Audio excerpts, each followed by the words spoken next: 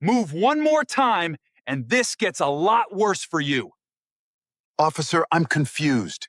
You just authorized me a moment ago to enter my home and get our identification. Are you deaf? I gave you a direct order. Please let go. You're hurting me. Let go of my husband. He didn't do anything. Distress was written across the faces of the elderly couple. Son, come outside. Someone's hurting your father.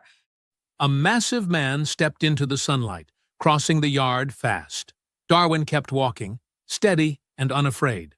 Officer, I suggest you let go of my father. Officer Campbell had no idea he was bullying the father of the very man he couldn't afford to cross. Before continuing, comment where in the world you are watching from, and make sure to subscribe because tomorrow's story is one you can't miss. The morning sun fell soft and gold across Maple Ridge Lane. Birds chattered in the oak trees. Sprinklers hissed on someone's lawn down the block. It was the kind of Saturday that made a person forget the world had any sharp edges at all. Wilson Harbison knelt in the dirt, pulling weeds from around his tomato plants. At 71, his knees complained more than they used to, but he didn't mind. This garden was his. This house was his.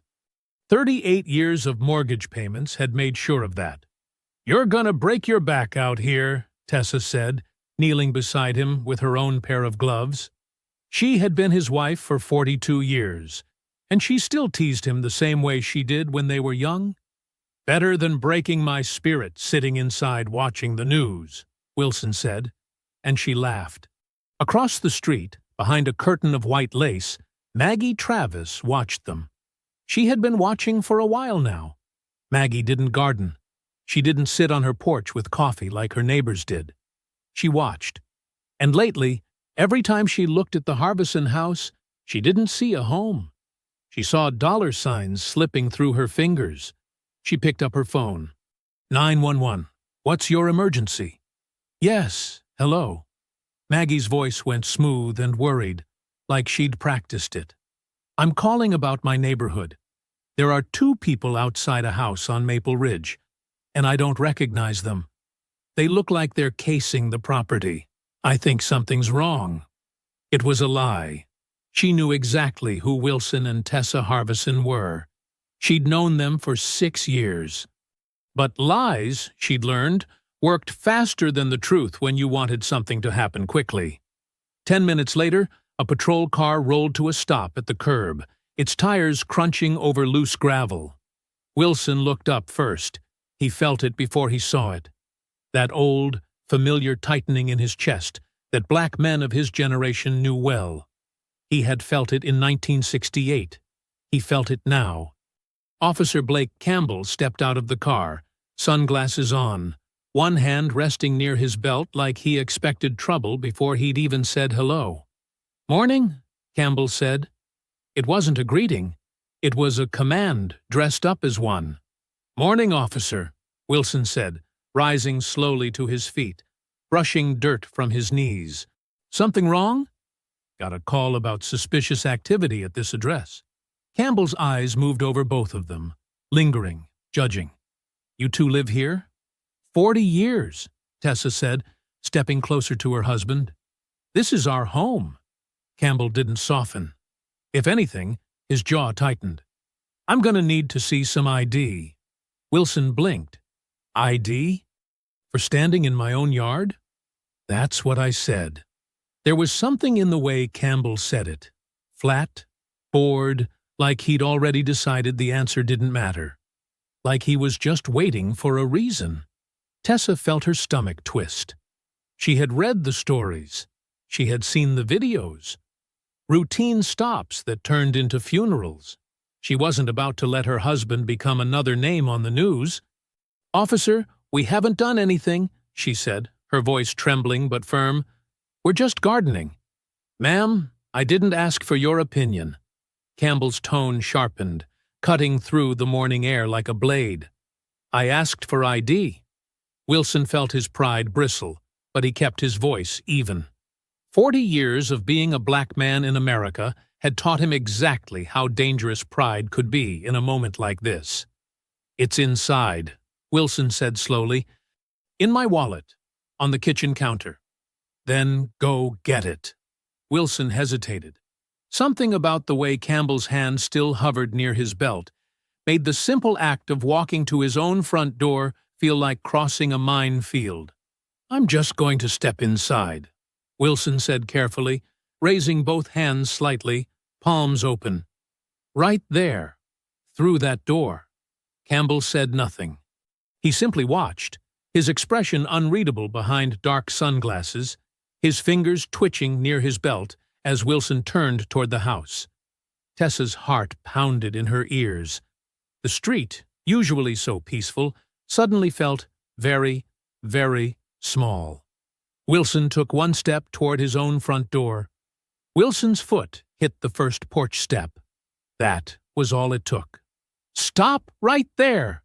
Campbell's voice cracked across the yard like a whip. "Don't move!"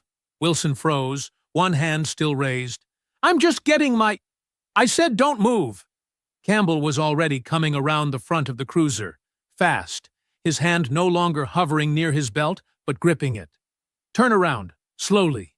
"Officer, I told you. My ID is inside." "You're not listening to me." Campbell's voice climbed higher, sharper, each word landing like a slap. "I gave you a direct order." Wilson turned around, slow and careful, his hands lifted to his shoulders. He had done everything right. He had announced every move. None of it seemed to matter. Campbell closed the distance in 3 long strides and grabbed Wilson's arm, fingers digging into the loose skin above his elbow. "Ow!" Wilson winced, his knees buckling slightly under the sudden force. "You're hurting me!" "Wilson!" Tessa screamed. She rushed forward without thinking, placing herself between her husband and the officer, her small frame trembling with fury and fear. "Let go of him! He didn't do anything!" "Ma'am, back up!" Campbell's grip didn't loosen. If anything, it tightened. "You're hurting an old man for no reason." Tessa's voice cracked, tears stinging her eyes. "He lives here. This is our house. I don't care whose house it is." Campbell shoved her back with his free hand, hard enough that she stumbled against the porch railing. Back. Up. Up and down the street, doors began to open. Curtains pulled aside. A teenage boy on a bike skidded to a stop at the curb, pulling out his phone. Across the street, an older woman stepped onto her porch, gasping, her own phone already rising to record. "Somebody help them!" the woman called out. But nobody moved closer. Nobody wanted to be next. Wilson's arm throbbed under Campbell's grip. His chest felt tight, his breath coming shallow and fast. He was 71 years old, standing in his own front yard, being manhandled like a criminal, and all he had done was reach for his wallet. "Please," Wilson said, his voice breaking now, all the careful calm draining out of him. "Please, I haven't done anything wrong." "That's what they all say," Campbell muttered, twisting Wilson's arm further behind his back. Tessa's mind raced, panic clawing up her throat. She thought of her son, who was inside the house right now, who had come home on leave just 3 days ago. Who could fix this? Who could make this stop? "Darwin!" she screamed, turning toward the house, her voice tearing through the morning air. "Darwin, help! Please, help us!" For one agonizing second, nothing happened. Then the front door flew open. A man filled the doorway, broad-shouldered, thick through the chest and arms, his frame so large it seemed to block out the morning sun behind him. He moved fast for someone his size, crossing the porch in 2 steps, his eyes locked on the scene unfolding in his parents' yard. Campbell's grip on Wilson loosened just slightly as his head snapped toward the new arrival. His eyes widened behind his sunglasses, taking in the sheer size of the man now storming across the lawn. "Get back!" Campbell barked, releasing Wilson and pivoting fully, his hand dropping to the taser on his hip. "Sir, I need you to stop right there." Darwin didn't stop walking. He didn't run, either. His steps were measured, controlled, deliberate. The steps of someone who had been trained not to panic, even when every instinct screamed at him to. "That's my father," Darwin said, his voice low and even, cutting through the chaos like cold water. "Take your hands off him." "I said get back."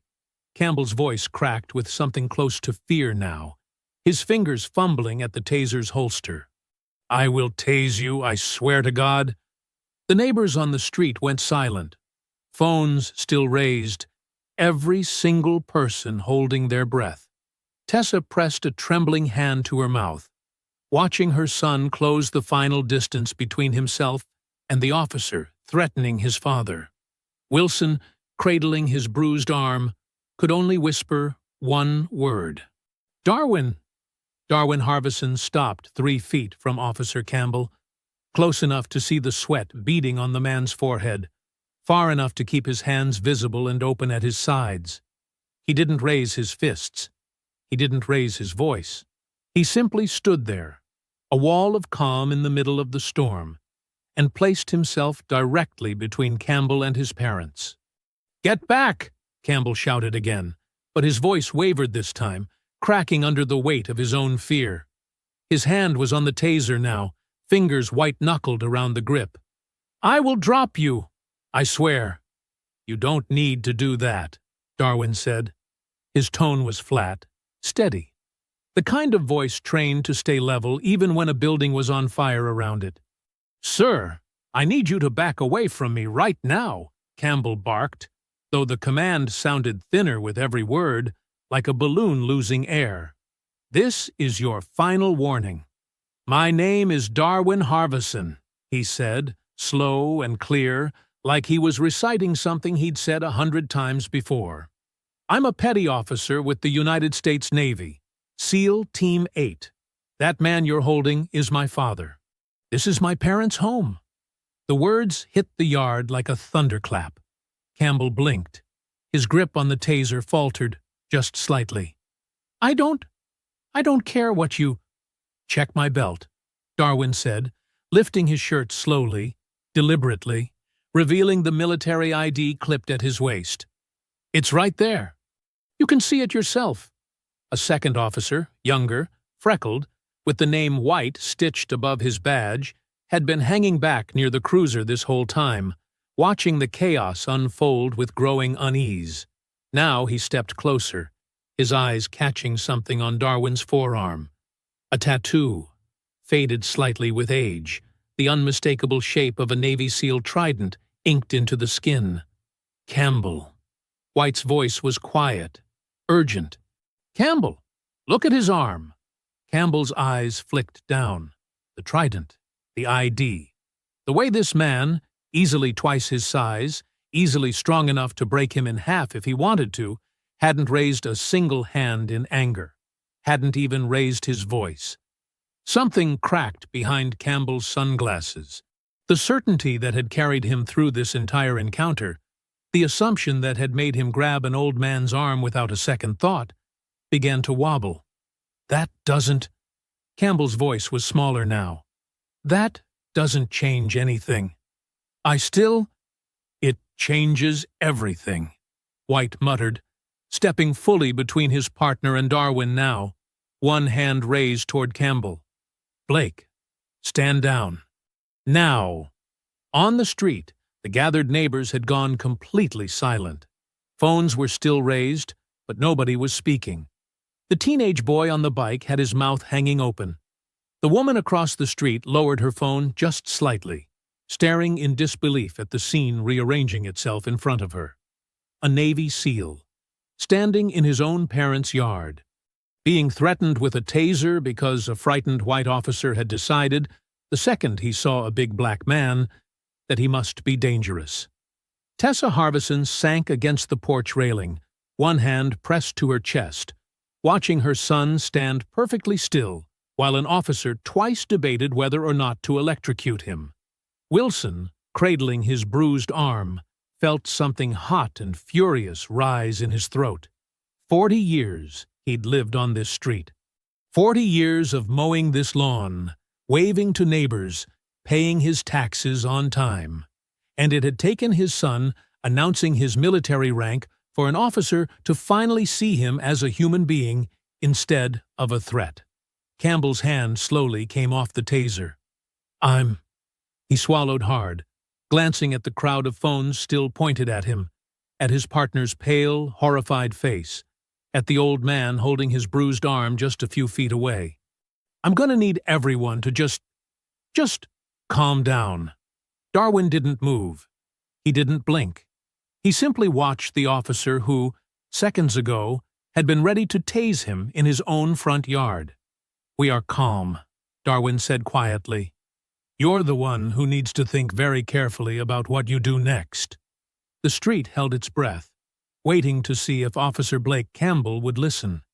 Officer Campbell lowered his hand fully from his belt, but his face was still flushed, still tight with the kind of anger that comes from being humiliated in front of an audience. All right. His voice came out clipped, forced.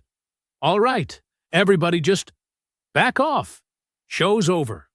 He turned to Wilson, who was still rubbing the spot on his arm where Campbell's fingers had dug in hard enough to leave marks that would bruise purple by morning. Sorry for the, Campbell wouldn't meet his eyes. Misunderstanding. It wasn't an apology. Not really.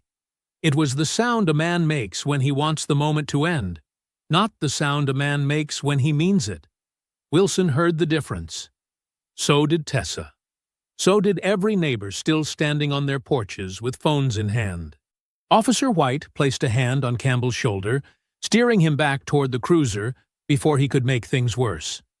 Let's go, Blake. Now. The two officers climbed into their patrol car. Campbell didn't look back as the engine started. The cruiser pulled away from the curb, leaving tire marks of gravel scattered across the street, and within a minute it had turned the corner and disappeared. Slowly, the neighbors began retreating into their homes.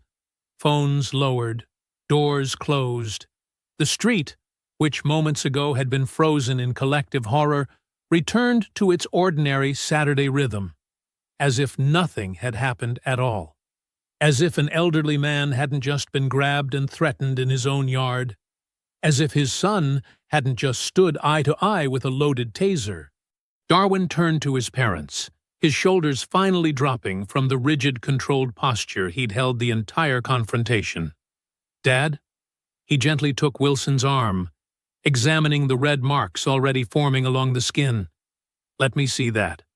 I'm fine, Wilson said, though his voice shook slightly as the adrenaline started to drain out of him. You're not fine. Sit down. Wilson sat on the porch steps, finally letting his guard fall. Tessa lowered herself beside him, her hands trembling as she reached for her husband's arm, inspecting the bruising forming beneath his sleeve. That man, Tessa said quietly, her voice tight with fury, had no right.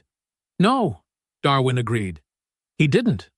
Inside, later that evening, the family sat together at the kitchen table. The lamp above them cast a warm yellow glow over plates of food none of them had much appetite for. Wilson picked at his rice, his bruised arm resting carefully on a folded towel. You should have seen your face, Tessa said to Darwin, trying to lighten the mood, though her smile didn't quite reach her eyes. That officer about fainted when he saw your tattoo. Darwin managed a small smile, but it didn't last. I don't like how fast he reached for that taser. He was scared, Wilson said. Scared of a black man standing up for his family. That's all that was. Tessa set her fork down, her brow furrowing. You know what bothers me more? Both men looked at her. Maggie. Tessa's voice dropped low. She was watching us from her window this morning, right before that officer showed up. Darwin's jaw tightened. You think she called it in? I don't know, Tessa admitted. But she's been odd lately. ever since that meeting about the development project, asking us if we'd ever thought about selling. Wilson waved a hand. Maggie's harmless. Nosy, maybe, but harmless. Darwin didn't respond, though something uneasy settled in his chest, a feeling he couldn't quite name. Years of training had taught him to trust that feeling, the same instinct that kept men alive in places far more dangerous than a quiet street in suburbia.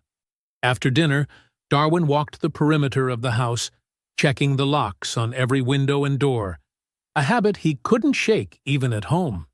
When he finally reached the front porch, he stood for a moment, looking out at the dark, empty street, where, just hours earlier, his father had been grabbed and threatened.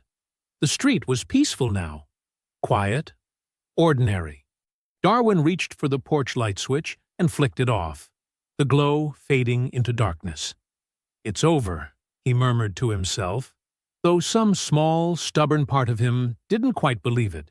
He locked the door behind him and went inside, unaware that across town, in a precinct office lit by fluorescent lights, Officer Blake Campbell was just beginning to write his version of the story. The precinct was nearly empty by 9 that night, just the hum of fluorescent lights and the distant clatter of someone's keyboard down the hall. Officer Blake Campbell sat alone at his desk, staring at the blank incident report glowing on his computer screen. His face still burned with the memory of it. The crowd of phones, his partner's horrified stare, that enormous man standing perfectly still, calm as still water, while Campbell's hand trembled on his taser. He had been humiliated.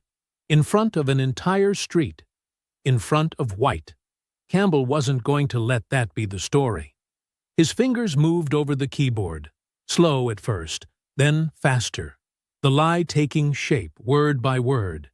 He wrote that Wilson Harbison had been uncooperative, evasive, reaching for something near the doorway. He wrote that Darwin Harbison had charged at him aggressively, that he'd feared for his safety, that he'd been forced to draw his taser in self-defense against a man who refused multiple commands to stand down. None of it was true. All of it sounded believable. When he reached the section requesting body cam footage, Campbell paused only a moment before typing, "Equipment malfunction. No footage available for this incident." He hit submit before he could think too hard about what he was doing. The next morning, Wilson Harbison walked into the precinct lobby with Tessa beside him, his bruised arm still tender beneath his sleeve. He approached the front desk with quiet determination. "I'd like to file a complaint," Wilson said, "against an Officer Campbell. He assaulted me yesterday in my own front yard." The desk officer took his information without much interest, sliding a thin form across the counter. "Someone will review it." Wilson filled out every line carefully, describing the bruising, the shouting, his son's intervention. He handed the form back with a small flicker of hope in his chest. Maybe this would be the start of something. Maybe someone would finally be held accountable. That hope didn't survive the hour. Down the hall, in a corner office with his name stenciled on frosted glass, Chief Morgan Dash reviewed both documents side by side, Campbell's incident report and Wilson's complaint. Dash was Campbell's uncle, had been since the boy was old enough to wear his first uniform, and he had spent years quietly making problems like this disappear. He read Wilson's complaint twice, his expression unreadable. Then he slid it into a drawer and closed it. The way a man closes a door he has no intention of opening again. "Damn fool kid," Dash muttered to himself, though there was no real anger in it, just the tired resignation of a man who had cleaned up after his nephew more times than he could count. He pulled Campbell's report toward him instead, scanning the fabricated account of an aggressive, resisting suspect. It was sloppy. It was obvious. But it was also exactly what Dash needed. He picked up his phone and dialed the district attorney's office. "I need a warrant pushed through," Dash said. "Assault on an officer, resisting arrest." Suspect's name is Darwin Harvison. There was a pause on the other end. Harvison? Isn't that the— Just get it done, Dash said, cutting him off. Today, if you can. By early afternoon, the warrant was signed and approved, sitting on a desk 3 doors down from where Wilson's complaint had been quietly buried in a drawer that would not be opened for months. Dash walked into the bullpen, found 2 officers finishing their lunch, and dropped a folder on their table. "Got an arrest for you," he said. "Darwin Harvison. Address is right there. I want this done by end of day." One of the officers frowned, glancing at the file. "This the SEAL guy? The one from yesterday?" "Doesn't matter what he is," Dash said flatly. "He's got a warrant. Pick him up." The officer hesitated only a second before nodding, sliding the folder into his bag. Dash walked back toward his office, passing the drawer where Wilson's complaint sat buried beneath a stack of unrelated paperwork, untouched, unread by anyone who mattered. Outside his window, the afternoon sun beat down on the parking lot, indifferent to the quiet injustice unfolding inside. Across town, Darwin Harvison sat on his parents' porch, finally beginning to relax after the previous day's chaos, with no idea that a patrol car was already being dispatched to his address, and that by sundown he would be wearing handcuffs in his own front yard. The afternoon sun hung low over Maple Ridge Lane, painting long shadows across the lawn where Darwin Harvison knelt beside his father, helping him stake a row of tomato plants that had been knocked loose during yesterday's commotion. Wilson's arm was still sore, the bruises now a deep purple beneath his sleeve, but he refused to let it stop him from working in his own garden. "You don't have to do this," Wilson said, watching his son drive a wooden stake into the soil with practiced ease. "I've been gardening longer than you've been alive, and I've been told to rest more than once in my life," Darwin said, a small smile tugging at his mouth. "Doesn't mean I listened." Wilson chuckled, the sound easy and warm. The first real laugh either of them had managed since yesterday's confrontation. For a moment, it almost felt like things might go back to normal. Then a patrol car turned onto the street.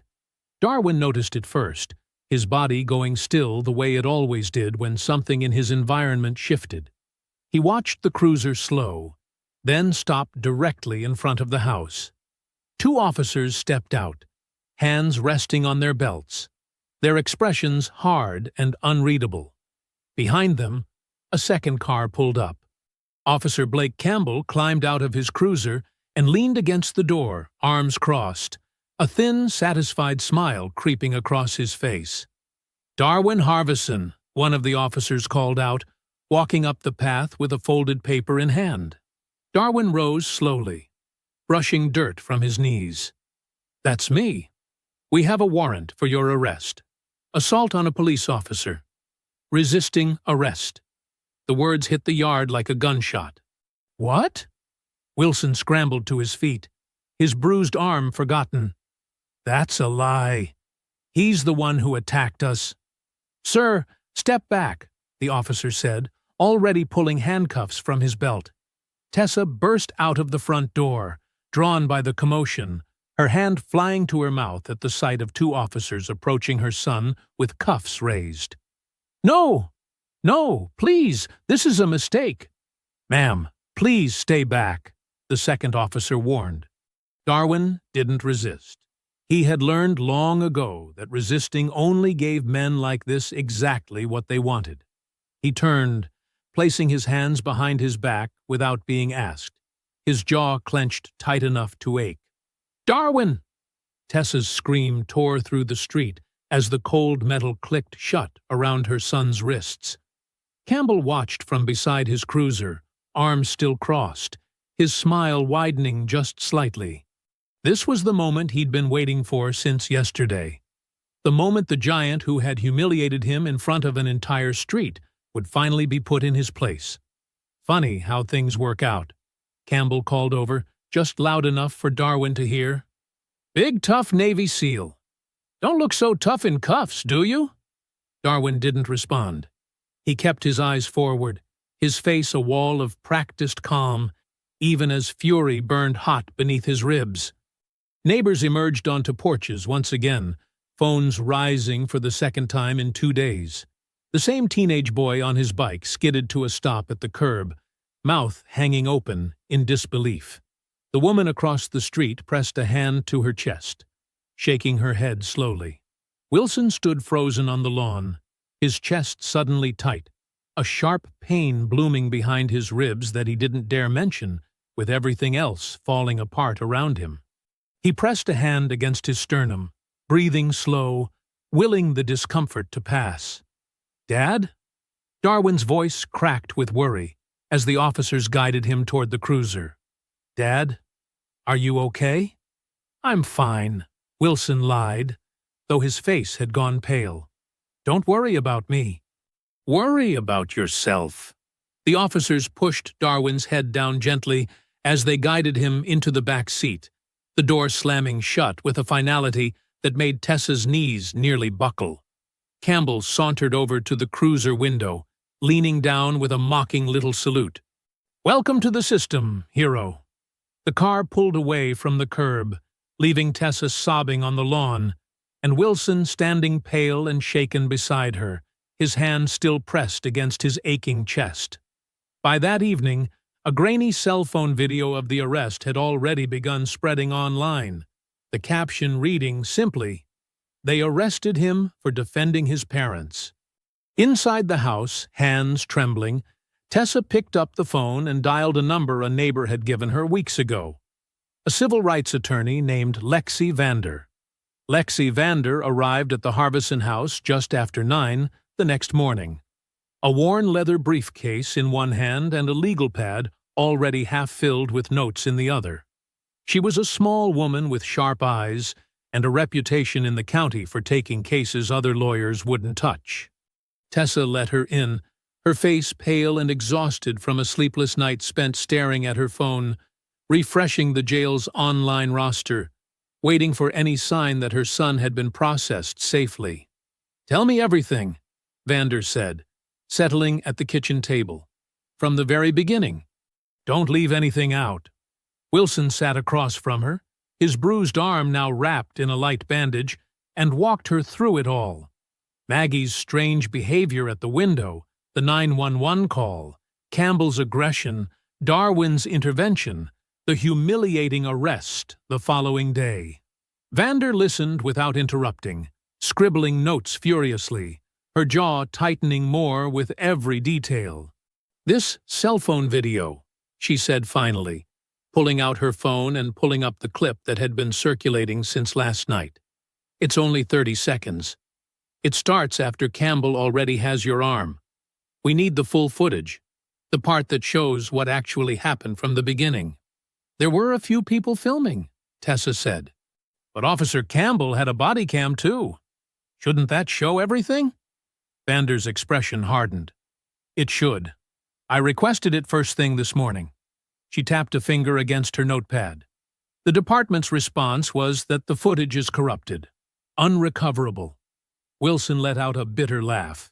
"Of course it is. I don't believe that for a second," Vander said. "Convenient malfunctions don't happen to convenient officers without help. I'm going to keep pushing for it, but in the meantime, I need you to think hard. Did any of your neighbors have security cameras? Doorbell cameras? Anything facing the street?"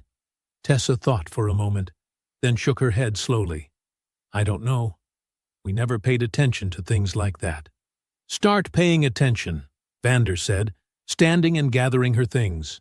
"I'm going to need everything I can find before the arraignment." Across town, in a cramped office cluttered with old newspapers and a wall covered in printed articles, journalist Precious Austin sat hunched over her laptop. The cell phone video paused on her screen. She had seen it shared dozens of times overnight, the caption growing angrier and more viral with every repost. Something about the story snagged at her. A massive black man, arrested the day after defending his elderly parents from an officer who'd clearly overstepped. It smelled like exactly the kind of story she'd built her career chasing.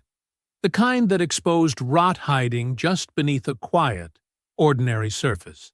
She filed a public records request for Officer Blake Campbell's personnel file before her coffee had even gone cold.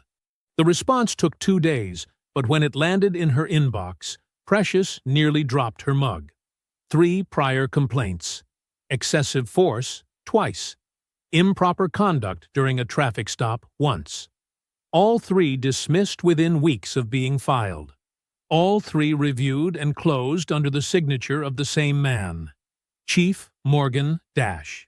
Precious leaned back in her chair, her pulse quickening. A pattern wasn't an accident. A pattern was a choice.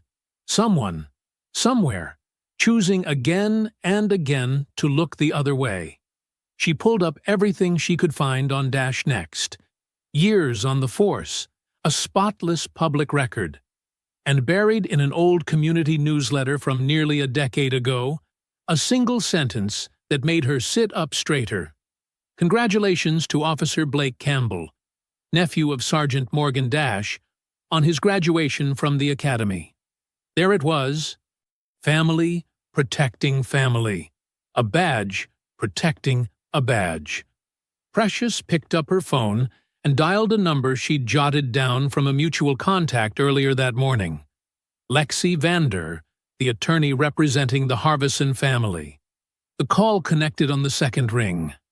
Ms. Vander, my name is Precious Austin. I'm a reporter with the Tribune.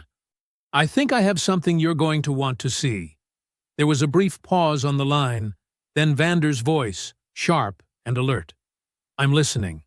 Officer Blake Campbell has 3 prior complaints, all dismissed by the same chief. And that chief happens to be his uncle. Silence stretched for a moment as the pieces clicked into place on both ends of the line.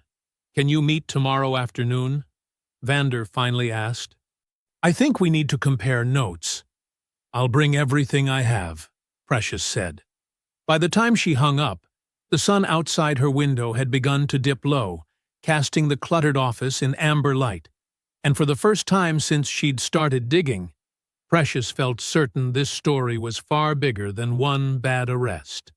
The coffee shop on 5th Street was nearly empty by the time Lexi Vander slid into the corner booth across from Precious Austin the next afternoon. A folder of papers spread between them like a hand of cards neither wanted to play too soon. Campbell's history confirms the pattern, Vander said, tapping the printed complaints. But it doesn't explain why that call was made in the first place. Why now? Why the Harbisons? Precious pulled out a thinner folder, her eyes bright with the particular excitement of a reporter who knew she'd found something good. I dug into the property records around Maple Ridge Lane. There's a development company called Crestline Partners buying up parcels along that street for the last 18 months. Quiet acquisitions. Nothing flashy. And Maggie Travis is listed as a minority stakeholder. Precious slid a printed document across the table. She stands to make a 6-figure payout if every property on that block sells before the rezoning vote next spring. The Harbisons are one of 3 houses left holding out. Vander stared at the document, her jaw tightening. She called the police on her own neighbors, people she's known for years. Over money. It gets worse, Precious said. I pulled the HOA meeting minutes from 2 months ago. Travis specifically asked the Harbisons if they'd considered selling. Wilson told her no. Politely, but clearly. Vander leaned back against the booth, exhaling slowly. So that 911 call wasn't a mistake. It wasn't fear. It was strategy. That's how it's looking, Precious said. Vander closed the folder, her mind already racing through how this new piece would reshape the case. Not just a story of one officer's prejudice, but a calculated scheme dressed up as a panicked phone call.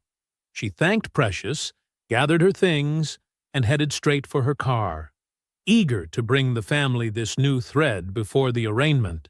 She never made the call she'd planned that evening. Inside the Harbison house, Wilson sat in his recliner, a cup of untouched tea cooling on the side table, his face pale and clammy, despite the warm evening air drifting through the open window. "Wilson!" Tessa looked up from the couch, noticing the strange stillness in her husband's posture. "You all right?" "Just tired," Wilson murmured, though his hand had drifted to his chest, pressing lightly against his sternum the same way it had the day Darwin was arrested. "You said that yesterday, too." Tessa rose from the couch, crossing the room toward him, worry sharpening her voice. "Wilson, look at me." His breathing had gone shallow. A faint sheen of sweat had broken out across his forehead. "Wilson!" He didn't answer. His eyes fluttered, his body sagging sideways in the recliner. Tessa screamed for help and grabbed the phone, her hands shaking so badly she nearly dropped it twice before managing to dial 911. The hospital waiting room smelled like antiseptic and burnt coffee. Tessa sat hunched in a plastic chair, twisting a tissue into shreds between her fingers, when Darwin walked through the double doors hours later, having just been released on bail that afternoon. He still wore the same clothes from his arrest, wrinkled and tired, but the moment he saw his mother's face, every ounce of his own exhaustion vanished. "Mom!" He dropped to one knee beside her chair. "What happened? Is Dad—" "They said it was stress," Tessa whispered, tears slipping freely down her cheeks now. "His heart. They're calling it a minor cardiac event. But Darwin, his face, I've never seen him look like that." A doctor emerged a few minutes later, explaining gently that Wilson was stable, that they were keeping him overnight for observation, that stress had clearly taken a toll on a heart already strained by age and grief. Darwin sat beside his father's hospital bed long into the night, watching the slow, steady rise and fall of his chest, the soft beeping of machines, the only sound in the dim room. Wilson's hand, still bruised from Campbell's grip days earlier, rested limp against the white blanket. "This is my fault," Darwin murmured to the empty room. "If I hadn't stepped outside—" "Don't you dare!" Wilson's voice rasped, eyes fluttering open. "Don't you dare blame yourself for standing up for your family." Darwin's throat tightened. "Dad, I'm proud of you," Wilson said, his voice weak but certain. "No matter what happens next, I need you to know that." Darwin reached out, gently taking his father's bruised hand in his own, and for a long while, neither of them said anything else. By morning, Wilson was discharged with strict orders to rest, and Lexi Vander arrived at the house that evening with the news about Maggie Travis, hoping the truth might finally begin tipping the scales back in the family's favor. The story broke at 6 in the morning, splashed across the Tribune's website, beneath a headline that spread like wildfire before most of the city had finished its first cup of coffee. Pattern of abuse. Officer's history of complaints, buried by family connections. Precious Austin had written every word carefully, laying out the 3 dismissed complaints against Officer Blake Campbell, the family relationship with Chief Morgan Dash, and the timeline connecting it all to the arrest of a decorated Navy SEAL defending his elderly parents. By noon, the article had been shared thousands of times. By evening, local news vans were parked outside the precinct. The pressure worked fast. That afternoon, Lexi Vander received a call from a contact inside Internal Affairs, confirming that a formal investigation had been opened, not just into Campbell's conduct, but into Dash's handling of every complaint that had crossed his desk in the last 5 years. "This is real movement," Vander told the Harvisons that evening, sitting at their kitchen table with a folder of fresh notes. "Investigations like this don't happen overnight. Somebody upstairs is finally paying attention." Wilson, still recovering and under doctor's orders to take it easy, sat in his chair with a blanket draped over his knees, listening with cautious hope flickering behind tired eyes. The momentum grew stronger the next day, when a retired officer named Victor Reyes contacted Internal Affairs directly, offering to testify about an incident years earlier where he'd witnessed Campbell shove a handcuffed suspect face first into a patrol car for no reason other than the man's mouthing off. Reyes had filed a report at the time. It had vanished into the same drawer as every other complaint. "He's corroborating everything," Vander told Tessa over the phone, her voice carrying a rare note of excitement. "A retired officer with nothing to gain by lying. This is exactly the kind of witness that moves a case." For the first time in nearly a week, the Harbison house felt lighter. That evening, Tessa cooked a full dinner. Fried chicken, collard greens, cornbread still warm from the oven, filling the kitchen with smells that hadn't drifted through the house since before any of this began. Darwin set the table while Wilson, color slowly returning to his face, told an old story about the time he'd nearly burned down their first apartment trying to fry catfish. Tessa laughed so hard she had to wipe tears from her eyes, and for a few precious hours, the family let themselves believe the worst might truly be behind them. "Vander thinks the charges might get dropped," Tessa said, passing the cornbread to her son. "With everything coming out about Campbell and his uncle, she said the DA might not want to go forward at all." Darwin allowed himself a small, cautious smile. "I'd like to believe that." "Believe it," Wilson said firmly. "After everything we've survived, we deserve some good news." Just as they were finishing dinner, Darwin's phone buzzed against the table. He glanced at the screen, his stomach tightening when he saw the caller ID, his commanding officer's administrative office.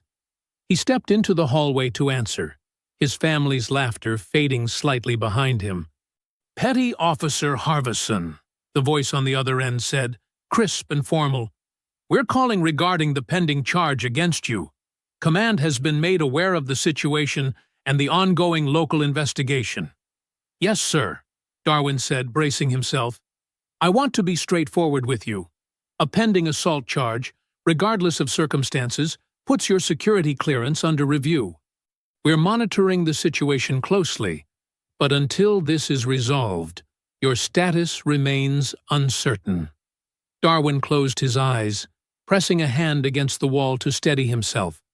Everything he'd worked for, years of training, deployments, sacrifice, hanging in the balance because of a lie typed up by a man who couldn't stand being humiliated in front of a crowd.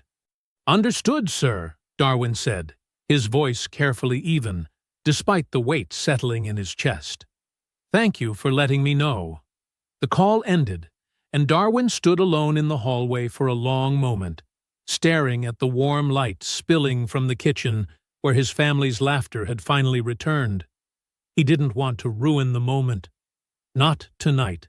Not after the week they'd all survived. He took a slow breath, pushed his shoulders back, and walked into the kitchen with a smile fixed carefully in place. "Everything okay?" Tessa asked, glancing up from the table. "Everything's fine," Darwin said, sitting back down beside his father. But as he reached for his fork, the warmth of the dinner couldn't quite chase away the cold knot tightening in his stomach. The quiet fear that the hope filling this kitchen tonight might not survive the days ahead. Chief Morgan Dash sat across from the district attorney in a small conference room downtown, the morning light cutting hard lines across the table between them. He'd requested this meeting himself, before the Internal Affairs investigation could gain any more ground. "I'm aware of the article," Dash said, keeping his voice measured, controlled. "I'm aware of the optics, but Darwin Harbison's charge has nothing to do with any of that. Assault is assault." The DA, a tired-looking man named Foster, rubbed his temples. "Morgan, the whole department is under a microscope right now. If we push this forward, and it turns out your nephew lied, that's exactly why we should push it forward," Dash interrupted smoothly. "If we drop it now, it looks like we're caving to pressure. Like we're admitting guilt before any investigation even concludes. Let the courts sort out the truth. Internal affairs can run their review separately. Foster hesitated, weighing the political risk on both sides, then finally nodded. Fine. We proceed. But Morgan, if this falls apart, it falls on you. Dash forced a tight smile. It won't. He walked out of that meeting having bought himself time. But he knew time alone wouldn't be enough. The video. The video was still the real threat. That afternoon, a clip began circulating from an anonymous account, edited down to 8 tight seconds. Darwin crossing the lawn fast, fists clenched at his sides, Campbell stumbling backward with his hand on his taser. Cut. No context. No mention of Wilson being grabbed, no sign of Campbell's earlier aggression. Just a massive man charging an officer. The caption read, "Footage shows the hero lunging first. Judge for yourself." It spread faster than Precious's article ever had. By evening, the tide had turned violently. Comment sections filled with strangers calling Darwin a thug, a liar, a danger to public safety. News outlets that had run sympathetic stories days earlier scrambled to cover the new footage, hedging their previous coverage with cautious, doubt-laced language. Darwin sat in his parents' living room, scrolling through the wreckage on his phone, his jaw tight enough to ache. "It's edited," Vander said, over speakerphone, her voice clipped with fury. "Anyone with eyes can see it's cut, but it doesn't matter right now. It's already out there." That same evening, his phone rang again, his command, for the second time in 3 days. Petty Officer Harbison, given the new developments and the DA's decision to proceed with charges, your security clearance is being formally suspended pending the outcome of your case. Darwin closed his eyes, the words landing like a physical blow. Everything. Years of his life, his entire identity, hanging by a thread held by men who had never met him, who knew nothing about him beyond a fabricated police report and an 8-second clip stripped of truth. He hung up the phone and sat in silence, the weight of it pressing down on his chest. He didn't notice, at first, the sound from the kitchen. A low groan, followed by the heavy clatter of a chair scraping against the floor. "Wilson?" Tessa's voice, sharp with sudden panic. Darwin was on his feet instantly, racing into the kitchen to find his father slumped against the table, one hand clutched to his chest, his face ashen and damp with sweat, his breathing ragged and shallow. "Dad!" Darwin dropped beside him, his training taking over even as panic threatened to swallow him whole. "Dad, stay with me." "Mom, call 911, now!" Tessa's hands shook violently as she dialed, her voice cracking as she gave the address, begging the dispatcher to hurry. Darwin eased his father gently to the floor, checking his pulse, keeping his voice low and steady even as his own heart pounded against his ribs. "You're gonna be okay. Stay with me. Stay with me, Dad." Wilson's eyes fluttered, unfocused, his lips moving without sound. The ambulance arrived 11 minutes later, though to Darwin, kneeling on that kitchen floor with his father's weak pulse beneath his fingers, it felt like 11 lifetimes. At the hospital, doctors rushed Wilson into emergency care, his condition listed as critical but stable, his heart having suffered far more damage this time than the first scare days earlier. Darwin stood in the hallway outside the ICU, his hands still trembling, watching through a narrow window as machines monitored his father's fragile heartbeat. Tessa wept silently beside him, her face buried against his arm. Everything they had hoped for 2 nights ago, the dinner, the laughter, the cautious optimism, felt like it belonged to some other family, some other life, swept away in less than 48 hours by a lie, an edited video, and a system built to protect itself before it ever protected the truth. 2 days passed in the dim quiet of the hospital, marked only by the soft beep of monitors and the slow shuffle of nurses changing shifts. Wilson's condition had stabilized, Though the doctors spoke in careful, guarded tones about strain on the heart, about rest, about the dangers of stress at his age, Tessa sat in the chair beside his bed, almost without moving, her hand wrapped around his, watching the steady rise and fall of his chest, like it was the only thing holding the world together. Darwin paced the hallway outside, his phone gripped tight in one hand, the suspended clearance notice still glowing faintly on the screen from when he'd read it for the 10th time that morning. He felt useless in a way training had never prepared him for. An enemy he couldn't see, couldn't fight with his hands, slowly dismantling everything his family had built. That afternoon, Precious Austin showed up at the hospital, having heard through Vander about Wilson's second cardiac event. She found Tessa in the small family waiting room, sitting alone while Darwin grabbed coffee down the hall. "Mrs. Harvison, I'm so sorry," Precious said gently, sitting beside her. "I won't take much of your time." Tessa studied the young reporter's face, searching for something. Sincerity, maybe, or simply someone willing to listen. "You're the one who wrote about Campbell? About his uncle?" "I am." Precious hesitated, choosing her next words carefully. "I know you've been through more than any family should have to go through. But the public only knows pieces of your story right now, and pieces are easy to twist. That edited video proved that." Tessa's jaw tightened. "They turned my son into a monster with 8 seconds of film." "I know," Precious said, "and I think the only way to fix that is to let people hear the whole truth, in your own words, not a clip, not a headline." "You—" Tessa was quiet for a long moment, staring down at her hands, worn from decades of gardening and dishwashing, and holding her family together through every storm life had thrown at them. She thought of Wilson, pale and fragile in that hospital bed. She thought of Darwin, carrying guilt that wasn't his to carry. She thought of every name she'd ever scrolled past in the news, every family failed by silence. "All right," Tessa said finally, lifting her chin. "Ask me anything." The interview ran for nearly an hour, Tessa's voice steady even as tears slipped down her cheeks, describing the fear of watching her husband's arm bruise beneath an officer's grip, the terror of seeing her son handcuffed in their own yard, the helplessness of sitting beside a hospital bed not once but twice in the same week.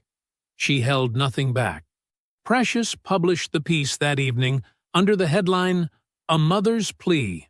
"We just wanted to be left alone." It spread even faster than the edited video had, this time carrying raw, unmistakable humanity that no clever editing could strip away. Public sympathy, which had wavered dangerously after the doctored footage, began swinging firmly back in the family's favor. While Tessa sat with reporters, Lexi Vander spent her days going door to door along Maple Ridge Lane, knocking on porches, asking the same question again and again. "Do you have a security camera? Anything facing the street from the day of the first incident?" Most answers were apologetic shrugs. A few homes had cameras angled too narrowly to catch anything useful. By the 4th day of searching, Vander was running out of doors to knock on, frustration tightening behind her eyes with every dead end. She tried one last house at the end of the block, an elderly man named Ace, who rarely left his property and kept an old, unfussy security system mounted above his garage, more out of habit than expectation of ever needing it. "I think it's still recording," Ace said, scratching his head. "Never bothered checking it. Don't even remember the last time I looked at the footage." Vander felt a flicker of hope she hadn't allowed herself in days. "Would you mind if I took a look?" Ace shrugged, leading her inside to an old computer connected to the camera system, the screen flickering to life with grainy, time-stamped footage stretching back weeks. Vander scrolled carefully through the archive, her pulse quickening as she found the date of the first confrontation. The timestamp lining up perfectly with the morning Maggie Travis had made her call. Before she could pull up the actual clip, her phone buzzed sharply in her pocket. An unknown number, the caller ID simply reading, U.S. Navy. She stepped outside onto Ace's porch, answering cautiously. "This is Lexi Vander." "Ms. Vander," a deep, steady voice said on the other end.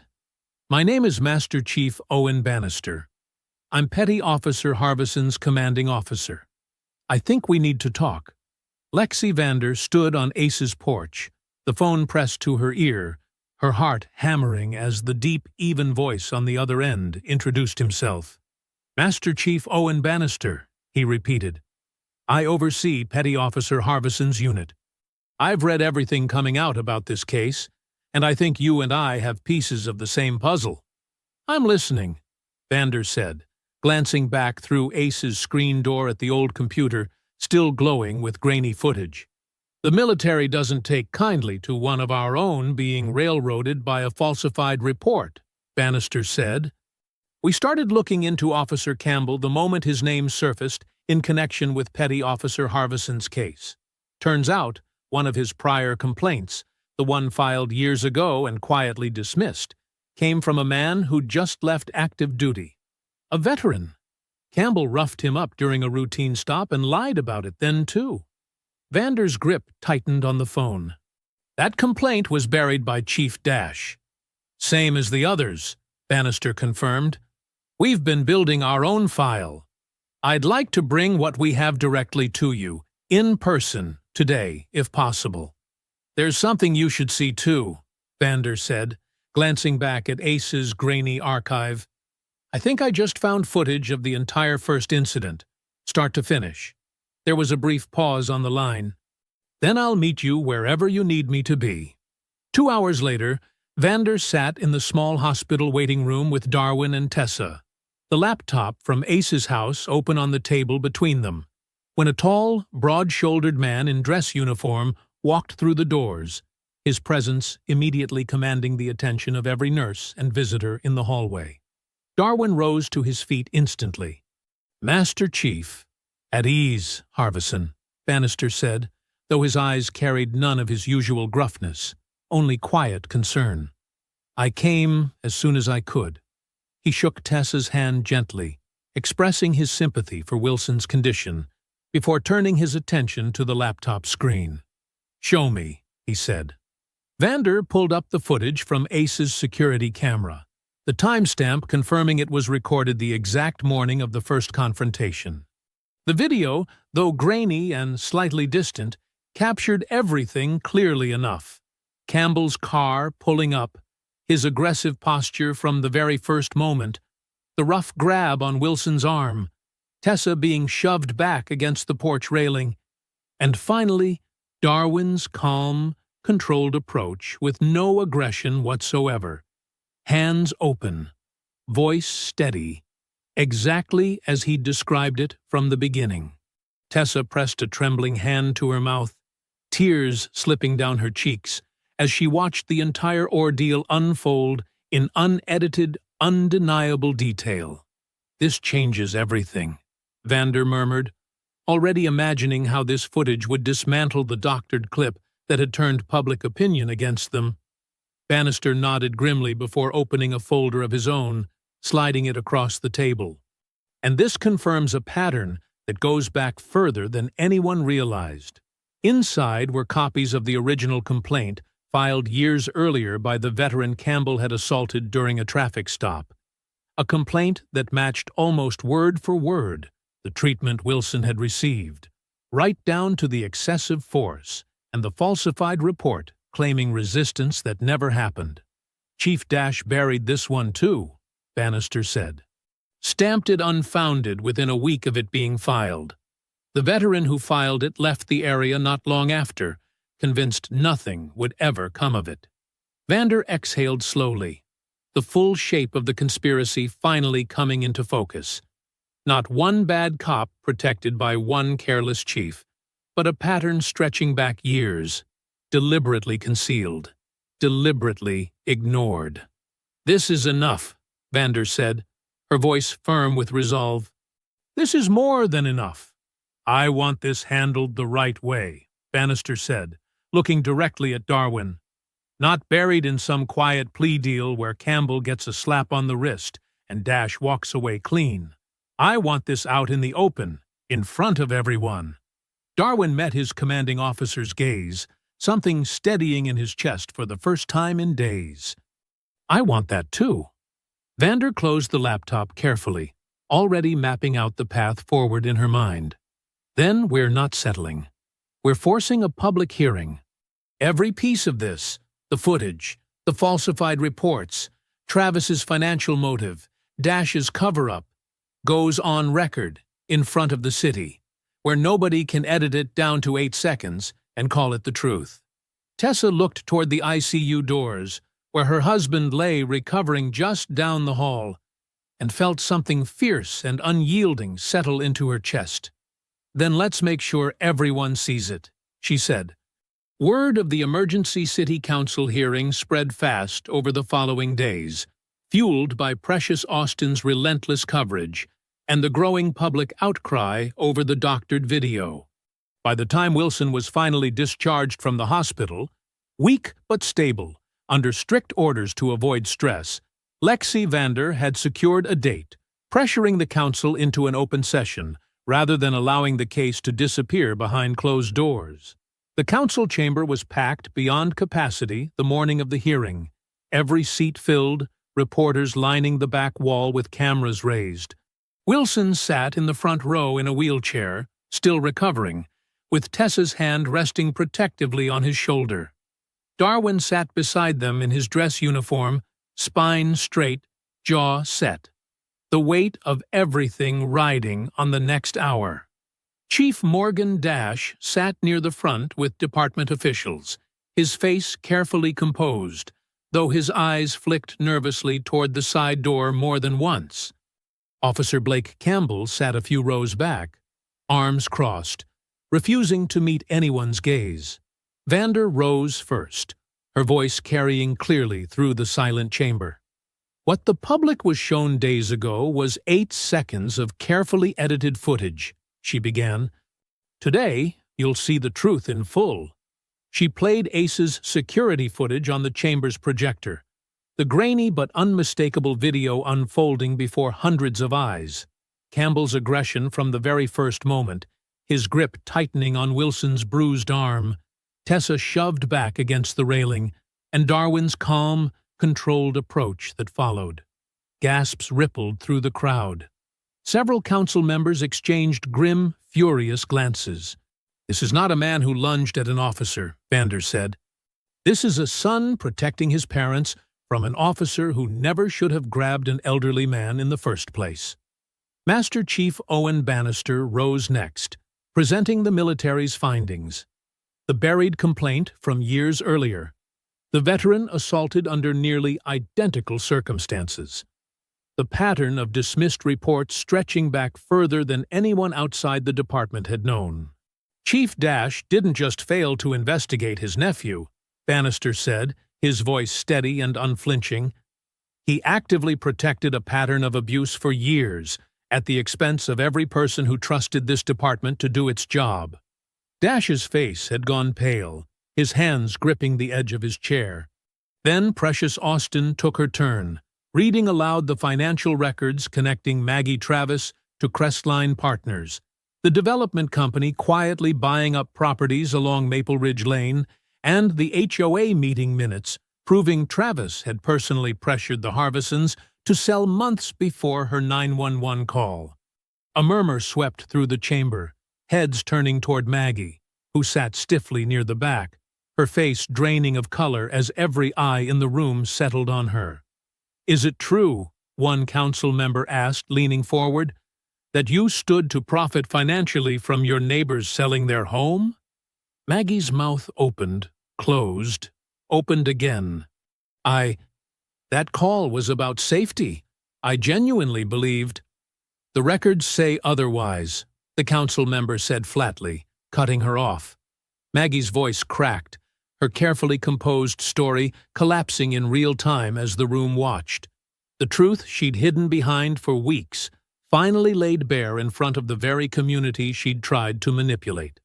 Campbell, sensing the tide turning irreversibly against him, shifted uncomfortably in his seat, his earlier bravado nowhere to be found. "Officer Campbell," the council chair said, turning toward him directly, "do you have anything to say regarding the discrepancies between your official report and the footage just presented?" Campbell opened his mouth, but no convincing answer came. He glanced toward his uncle, searching for some lifeline that wasn't there anymore. Dash stared straight ahead, his jaw clenched, offering nothing. The silence stretched long and damning. Darwin watched it all unfold from the front row, his father's hand finding his own and squeezing tight, his mother's quiet tears finally tears of something other than grief. The council chair finally rose, surveying the stunned chamber. "Given the gravity of what's been presented today, this body requires immediate recess to determine appropriate action," she announced. "We will reconvene within the hour."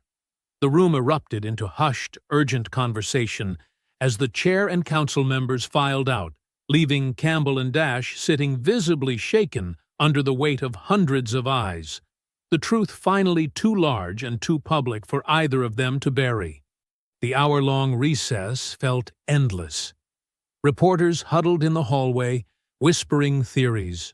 Wilson sat quietly in his wheelchair, his hand still wrapped tightly around Darwin's, while Tessa paced near the chamber doors, unable to sit still. When the council chair finally returned, the room fell silent so fast it seemed to suck the air out of the chamber. After reviewing the evidence presented today, the chair began, her voice carrying clearly through the microphone. This council finds the original report filed against Darwin Harbison to be unsupported by the verified footage. All charges against Mr. Harbison are hereby ordered dropped, effective immediately. A wave of sound rolled through the room. Gasps. A few scattered claps quickly hushed. Tessa's hand flying to her mouth as a sob of relief broke loose. Darwin closed his eyes, the weight of weeks finally lifting from his shoulders, his father's grip tightening around his hand. The chair wasn't finished. Furthermore, given the evidence of falsified police reports and the destruction of body cam footage, this council is formally referring Officer Blake Campbell for criminal charges related to filing a false report and civil rights violations. Two uniformed officers standing near the side exit moved forward without hesitation. Campbell's face went white as they approached, his earlier arrogance completely gone. "Officer Campbell, you're under arrest," one of them said, pulling cuffs from his belt. The chamber erupted into murmurs as Campbell was turned, his hands secured behind his back, the same cold metal click that had once closed around Darwin's wrists, now closing around his own. He was led out past rows of stunned faces, past the same community members who had once watched silently as he humiliated an old man in his own yard. The chair turned next toward Dash, her expression hardening further. "Chief Dash, given clear evidence that you suppressed multiple legitimate complaints against your nephew over a period of years, this council has no confidence in your continued leadership of this department." Dash rose stiffly, his face a mask of controlled defeat. "I'll submit my resignation effective today," he said quietly, his voice stripped of the authority it once carried. "And I'll cooperate fully with any review." It wasn't an apology, but it was the closest thing to accountability the room would get from him, and for now, it would have to be enough. Finally, the chair's gaze settled on Maggie Travis, who sat frozen near the back of the room, her earlier explanations having crumbled completely under scrutiny. "Ms. Travis, this council is recommending an immediate restraining order be filed by the Harbison family, along with a full investigation into your involvement with Crestline Partners and any related harassment of your neighbors." Maggie said nothing. She simply stared at her hands, the consequences of her greed finally catching up to her in front of the entire community she'd tried to manipulate. The chair closed with one final statement, her eyes finding Wilson and Tessa in the front row. On behalf of this city, I want to offer a formal apology to the Harbison family for the trauma inflicted upon them by individuals who were sworn to protect this community instead of terrorize it. The city will be covering the remaining balance on your mortgage as part of a formal settlement, effective immediately. Tessa broke down completely then, burying her face against Wilson's shoulder, his own eyes wet with tears he no longer tried to hide. Darwin pulled out his phone with shaking hands and dialed his commanding officer first, his voice cracking with relief as he relayed the news. Then he turned to his parents, kneeling beside his father's wheelchair. "It's over," he said softly. "It's really over." "No," Wilson said, wiping his eyes, a faint smile breaking through the exhaustion on his face. "It's just beginning. Now, we get to actually live again." Outside the chamber, reporters swarmed for statements, but for the first time in weeks, the Harbisons didn't feel like a story being told about them. They felt like a family whose truth had finally been heard. That evening, back at the hospital for one final check before Wilson's full discharge, Darwin called the news in to his mother's sister, his voice steady and strong, repeating the words again and again like he still couldn't quite believe them himself. All charges dropped. Campbell's under arrest. Dash is gone. We won. Tessa sat beside Wilson's bed, holding his hand, watching her son's face light up with something she hadn't seen in weeks. Not just relief, but hope, real and solid, and finally theirs to keep. 1 week later, the late morning sun spilled warm and golden across Maple Ridge Lane, the same light that had once fallen so peacefully over the Harbison garden before everything changed. Wilson sat in the passenger seat of Darwin's car as it pulled up to the curb, his color fully returned, his strength slowly rebuilding with each passing day. "You didn't have to make a fuss," Wilson said, though his voice carried no real protest. "Dad," Darwin said, putting the car in park, "look outside." Wilson turned toward the window and went still. The entire street had gathered on their lawn. Neighbors stood shoulder to shoulder across the grass. The same teenage boy who'd once filmed in stunned silence now holding a handwritten sign that read, "Welcome home, Mr. Harbison." The woman from across the street stood near the porch with a tray of lemonade. Even families from the far end of the block, people Wilson barely knew by name, had come to stand on his lawn that morning. Tessa stepped out of the house onto the porch, her hands pressed to her chest, tears already gathering as she watched her husband and son step out of the car together. "Welcome home," she called out, her voice breaking with joy instead of grief for the first time in weeks. Wilson made his way slowly up the front walk, leaning lightly on Darwin's arm, while the gathered crowd applauded and called out greetings, some reaching out simply to shake his hand, others offering quiet apologies for staying silent too long during everything that had happened. Lexi Vander stood near the edge of the lawn, watching the scene with quiet satisfaction, a folder of finalized paperwork tucked under her arm. The settlement complete. The restraining order against Maggie Travis filed. The case fully closed in the Harbisons' favor. Beside her, Precious Austin snapped a few photos, not for another headline this time, but simply because the moment felt worth remembering. "You did good work," Vander said, glancing at her. "We both did," Precious replied, lowering her camera as Wilson reached the porch steps and turned to face the crowd that had gathered for him. A car door closed behind them, and Master Chief Owen Bannister stepped out, dressed in full uniform, having driven 2 hours that morning just to be there. He crossed the lawn directly to Darwin, who straightened instinctively at his approach. "Master Chief." "At ease, Harbison." Bannister extended a hand, his grip firm. "Your clearance has been fully reinstated. Effective immediately." Darwin exhaled, something in his chest finally loosening after weeks of uncertainty. "Thank you, sir." "Don't thank me," Bannister said, his eyes drifting briefly to Wilson and Tessa standing together on the porch. "You earned this the moment you put your family first, and your training second. That's exactly the kind of man this uniform should represent." Darwin nodded, unable to find words equal to the moment, and simply shook his commanding officer's hand again, firmer this time. The afternoon unfolded slowly and warmly. Plates of food passed between neighbors who had once only waved politely from across the street, now sharing stories and laughter on the Harvisons' lawn like old friends. Wilson held court from a lawn chair someone had brought out for him, recounting old memories, occasionally glancing toward Darwin with quiet pride whenever his son's name came up in conversation.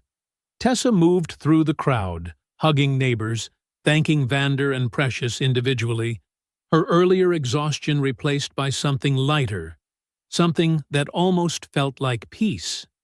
As the sun began its slow descent behind the rooftops, the crowd gradually thinned, neighbors drifting back to their own homes, until finally only the Harvisons remained on the porch, the lawn quiet again, the chairs and tables waiting to be folded away. Darwin stood at the top of the porch steps, looking out over the street where it had all begun. The same patch of grass where his father had once been grabbed. The same spot where he himself had once stood between his parents and a man who saw only a threat instead of a son.